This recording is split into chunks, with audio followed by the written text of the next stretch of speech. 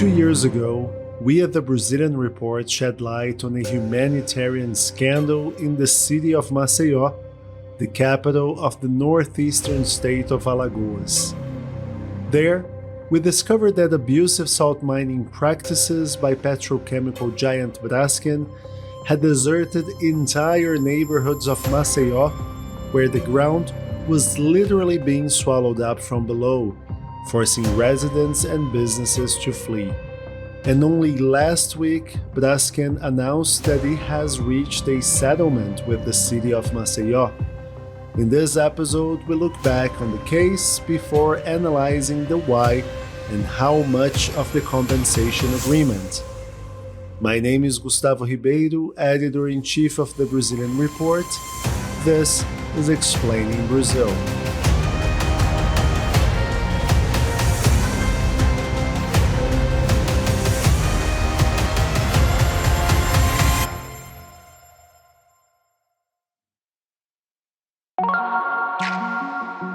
If you like Explaining Brazil, you should subscribe to the Brazilian Report, the journalistic engine behind this podcast. We're an independent organization funded by our subscribers, and you can help us stay independent and continue to produce award-winning journalism. And if you are already a subscriber, you can go the extra mile and join our Buy Me a Coffee fan page. In return, you get exclusive perks like special newsletters and behind-the-scenes content, as well as a shout-out here on our podcast.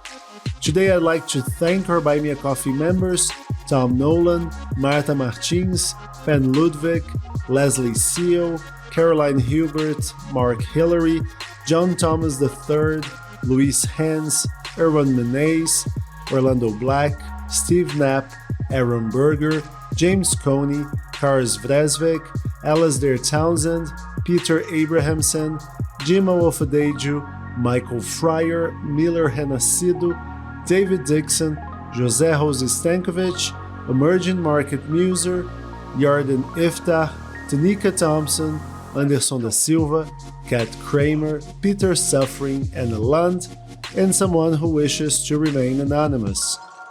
And our Buy Me a Coffee members come from all over the world, so please, if we're butchering the pronunciation of your name, do send us an email. And if you too believe in the importance of independent journalism, and if you want to hear your name on our podcast, go to buymeacoffee.com/Brazilian Report and subscribe to one of the membership levels. Click on buymeacoffee.com/Brazilian Report to learn more.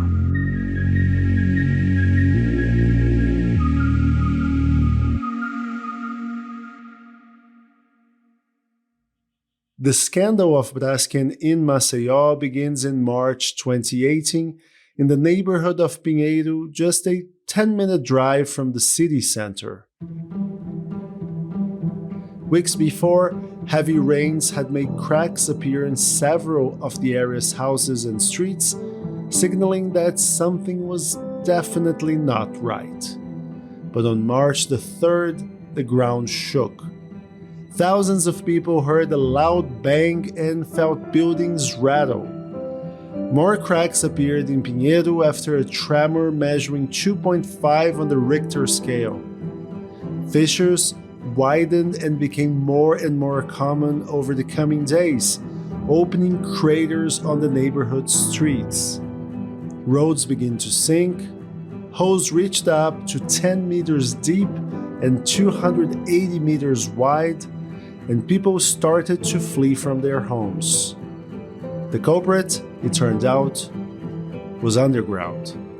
On the western edge of the neighborhood lies the facilities of Braskem, which for decades has mined for salt in a nearby Mundaú Lake, once a fishing hotspot and a tourist attraction.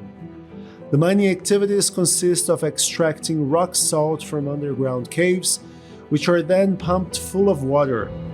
The salt is transported to a Braskem facility outside the city, where it is transformed into chlorine-based products such as PVC. In May 2019, over a year after the tremor, the Brazilian Geological Service issued a report co-signed by 50 researchers, affirming that inadequate salt mining destabilized the subterranean caves under the neighborhoods in Maceió, leading to sinking streets and cracks in foundations. Almost 60,000 people were forced from their homes, and around 4,500 businesses were lost, leaving thousands out of work. According to recent analysis by Braskem, over 14,000 properties were considered to be at risk, of which over 13,000 have been vacated. This represents roughly 50,000 people in a city of just 1 million. Maceió has around 150 real estate properties, meaning that 5.5% of the population was displaced and 10% of the city's buildings were vacated as a result of the structural emergency. The Brazilian report spoke to a number of the people affected, from families who lost their homes and businesses, the most famous ballet dancer in the state who lost a successful 40-year-old ballet studio, to local fishermen who built their livelihoods fishing mollusks from the Mundau Lake only for their catch to disappear. There was the case of Elvis Clayton dos Santos, who had owned a butcher's shop in Pinheiro for 20 years. Even after the exodus from the neighborhood, Elvis managed to keep his store open, surviving off the custom of old clients who traveled long distances to support his business. However, he closed his doors after Braskem cut his shop's electricity. He was later offered a compensation check from Braskem worth R$500,000, more or less $100,000, but he turned it down to sue the company for more. Mailda Farias was another business owner fighting for more compensation from Braskem. She was forced to close her pizzeria in Pinheiro after the tremors of March 2018. She had 20 employees and sustained her entire family from her business. She requested R$2.8 million from Braskem, who offered her just over $200,000. As of March of this year, Braskem said it has spent R$7.5 billion on reparations in Maceió, including, quote, compensation and social, environmental, and economic measures, end quote. But locals say these payments are far from redressing the full economic impact of the problems. In May of this year, a victims association released an open letter calculating the entire damage caused by Braskem at R$40 billion. And now fast forward to today, and Braskem has reached a settlement with the municipal government of Maceió to compensate those affected. Ewan Marshall, our deputy editor, is here to help us understand this development a bit better. Hi, Ewan. Glad to have you on the show again. Hi, Gustavo. Yep, great to be here. So, Ewan, tell us about this deal. Who is going to be compensated and how much are they going to get? Well, a lot of the details are still quite thin, but essentially what we know so far is that Braskem has pledged 1.7 billion reais, so that's about $350 million, and that money would go directly to the Maceió City Hall. And so if I can quote the company's own statement here, the agreement establishes the compensation and full refund of the municipality of Maceió in relation to any and all pecuniary and non-pecuniary damages incurred and is subject to court approval. And what is City Hall saying? Well, the mayor of Maceió, João Henrique Caldas, he said that helping the victims is going to be the priority. But again, the details are still a bit vague of exactly where this money is going to go to. Reportedly, it's also going to be spent on infrastructure projects because, as the mayor said, quote, the whole city suffered from the tragedy and must recover, end quote. And, there's also a promise of a resident support fund as well. It's interesting you mentioned that the money will be spent across the entire city because next year, 2024, Brazil will have municipal elections and Mr. Caldas is fit for re-election, right? Yeah, I mean, these things are often connected. It's certainly a lot of money. It certainly made the headlines. And so, yeah, maybe if you can use a bit of it around the city, it might help his electoral stock. Yeah, I mean, win-win situation, a win for the municipal government, a win for Braskem, not necessarily a win for the victims. And even as we covered back in 2021, the settlements made so far don't go anywhere near far enough to actually redress the people affected. So why is this agreement coming now? I mean, again, we can never be sure of the motives, but the thing is that Braskem's controllers are trying to sell the company. And yeah, the company, as we mentioned earlier, is the biggest petrochemical group in Latin America. But these lingering questions that it has over the Maceió scandal have always been a bit of a stone in their shoe when they've been looking to try and sell the business. And there was even a recent suggestion that Brazil's Federal Accounts Court would actually block the sale of Braskem because of the uncertainties over Maceió. So it seems that potentially this agreement with the City Hall is an attempt to kind of paper over those cracks and make the company sellable again. Well, I think to answer that, first it's worth explaining who the controllers of Braskem are, and then it might become clear why they're selling. Because the controlling group of Braskem is called Novonor, but listeners will know them a lot better as Odebrecht, whose civil construction arm was one of the central figures of the Operation Car Wash anti-corruption investigation. Right, and after Car Wash unveiled that the company was systematically bribing politicians to obtain public tenders, its reputation was left in the mud, it lost much of its contracts, so things became so dire that it has now changed its name to Novonor to detach itself from the toxicity of the Odebrecht brand. Exactly, yeah, but the reputation is not the only problem, because Novonor is under bankruptcy protection, it still has massive liabilities, and it's desperately trying to raise money to pay off its creditors. And selling the controlling stake in Braskem, the company that it actually built 20 years ago, it's seen as part of that process. And Novonor used its Braskem shares as a guarantee for loans from 5 banks, and now it needs to come up with around 15 billion reais to pay them off. And how's that selling process getting on? Well, there's lots of companies interested because, as we said, this is the biggest petrochemical group in Latin America, but due diligence has been a bit of a stumbling block at this point. Unipar, a São Paulo-based chemical producer, made a non-binding cash offer in June to pay 35 reais per share. J&F Investimentos, a holding company that controls Brazil's top meat producer, did the same. And last year, we also had the US-based private equity manager Apollo and the Abu Dhabi National Oil Company making a joint bid. But as I mentioned, all of these offers are reliant on due diligence, and perhaps this Maceió settlement process could help on that front.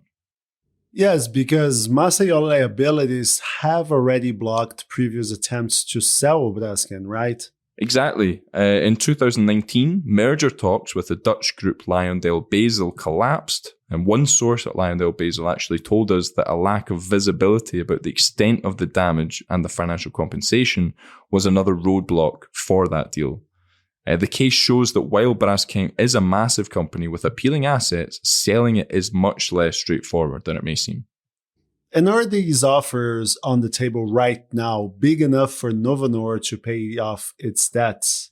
Well, more or less. If we go through them one by one, Unipar is offering 10 billion reais for enough of Novonor's shares to give it a controlling stake. J&F is offering the same 10 billion to take on the entirety of Novonor's equity, which would essentially just mean taking over its debt with the banks. And the Apollo and Abu Dhabi deal was originally for 35 billion reais, but it was made back when Braskem shares were worth much more than they are now. And Brazil's state-controlled oil company Petrobras is the other major stakeholder in Braskem. Might they be keen to buy out Novonor? Well, we reported earlier this month that Petrobras is starting its own due diligence to reach a decision over Braskem because it currently owns 36% of the company, which gives it what are called tag-along rights, which means that it would have the right to join the sale of Novonor's controlling stake if it chose. But of course, as you mentioned, there's also the possibility of buying Novonor's equity and controlling Braskem itself. and Petrobras has a preferential option for those Novonor shares. And where do you think they're leaning at this point? Well, last month, the Mines and Energy Minister, Alexandre Silveira, he said that Petrobras should remain a shareholder in Braskem because the petrochemical sector, he said, is, quote, fundamental to the country's growth. Under the Jair Bolsonaro government, Petrobras was on a bit of a divestment kick. But now, with Lula as president, the focus seems to have turned back towards investment. And regarding Braskem, it's all a bit he said, she said at the moment regarding whether Petrobras might put in an offer, but there are suggestions that Lula will have the final say himself. Thanks, Ewan. We'll be keeping a close eye on the Maceió reparations process and the future sale of Braskem, and we'll be sure to keep our readers and listeners up to date. And be sure to check our original award-winning story from 2021 on the Braskem Maceió fiasco. We'll link to it on today's show notes. And if you like Explaining Brazil, please give us a 5-star rating wherever you get your podcasts. It takes only a second and it really helps us reach a wider audience. Or better yet, you can subscribe to the Brazilian Report, the journalistic engine behind this podcast.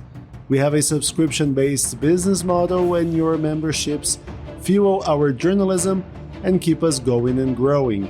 Thanks to our subscribers, we have been able to cover Brazil and Latin America extensively, and our work has won and been shortlisted for several international journalism awards. More recently, our newsletters won the Best Newsletter Prize in the Americas from the World Association of Newspapers and News Publishers for a small or local newsroom. In order to keep doing that work, we need your support. Go to Brazilian.report/subscribe. I'm Gustavo Ribeiro. Thanks for listening. Explaining Brazil will be back next week.